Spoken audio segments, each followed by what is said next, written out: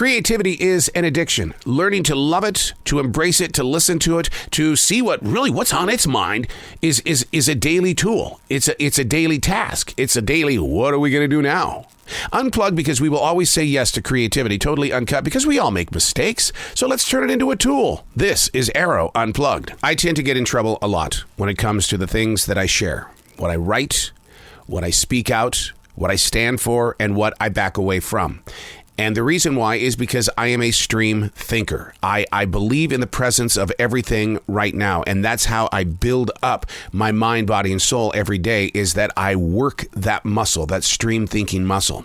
The power of now is so important. And how do you explain now other than where we are right now? This is your now.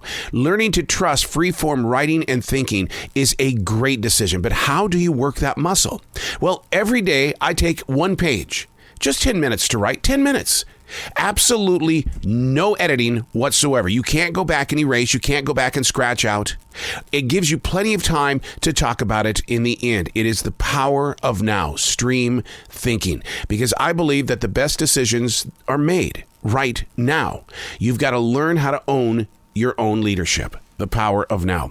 Today we are reading from January 2nd, 2022. And on that particular day, in my power of now versus where I am right now. So today happens to be the 25th of January, 2022. So 23 days have gone by. And it's going to be very interesting to find out what I was thinking and feeling in that moment of now versus where I am right now. And that's what's great about writing down what you are feeling.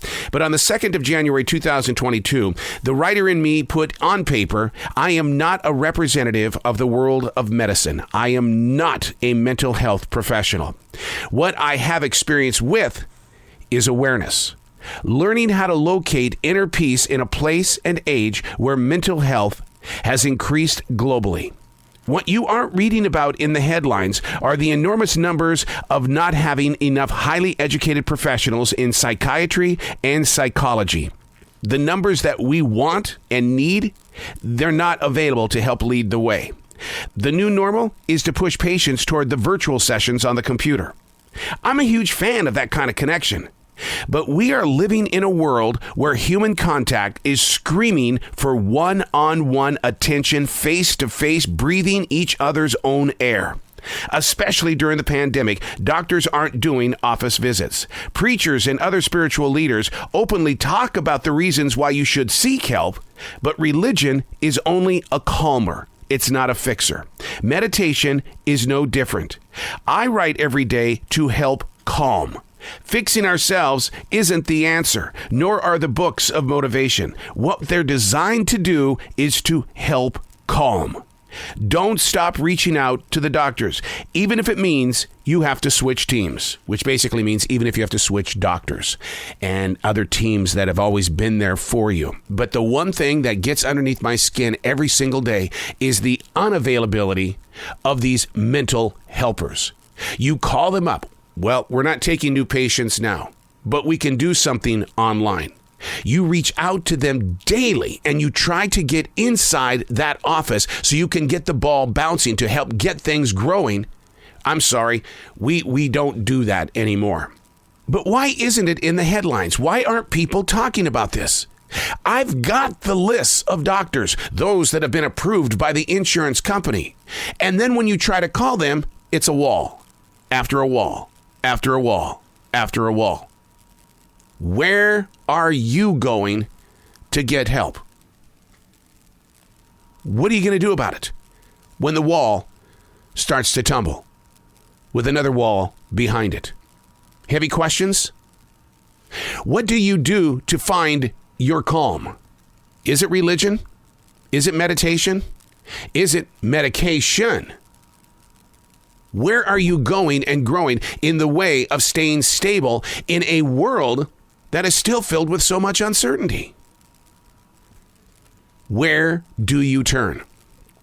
Do you go to your preacher, your pastor? Do you go to books of motivation? Do you train yourself to go to YouTube to just listen to people speak positively? All I'm doing is I'm bringing up awareness, living in the presence of now. And this now, compared to the now of January 2nd, 2022, I'm in the 25th right now. has only gotten worse. They give you the pill. This will calm you down at night so you don't have to see dreams. They give you no answer, no open door. Do they give you suggestions? No. They may lean in the way of saying, I'm so sorry, but we're not taking on new patients. Nobody's talking about it in the headlines, not even on the 5 o'clock news. So what are you going to do? How do we do it? No wonder so many people have retreated into hiding. No wonder so many people don't even want to talk or look in your eyes because there's a lot on their mind. But where are the professionals to help? Like the supply chain, maybe it's time they open their doors a lot longer than what they're doing and stay a lot longer into their day rather than taking Fridays off to go play golf. Now, that would be a great place to end this conversation, but I can't. Because there's constantly a voice inside my head and heart that says, well, what are you going to do about it? What am I going to do about it? Yeah, what are you going to do about it? Yeah. All right, this is what I'm going to do about it. If you really dig deeper into my podcasts, Unplugged and Totally Uncut, View from the Writing Instrument, Like It's Live, there's even The Choice. I'm constantly trying to share with you the professionals and how they move through the world in ways that maybe we're not connected to. Yes, we need to be face to face with them, breathing their own air. But today I'm going to be interviewing a great chef, Dr. Patricia Bannon. Her new book, From Burnout to Balance, 60 healing recipes and simple strategies to boost your mood, immunity, focus, and sleep. It makes me think, this mental condition that we're in, is it all based on what we're eating? You can hear the interview. I'm going to post it today, and it's going to be on my podcast called Like It's Live. You can pick it up everywhere. But what are you going to do about it? If the doctors aren't there, we as a community have got to be there. What are you going to do about it? I'm Arroe, and that's The Daily Mess.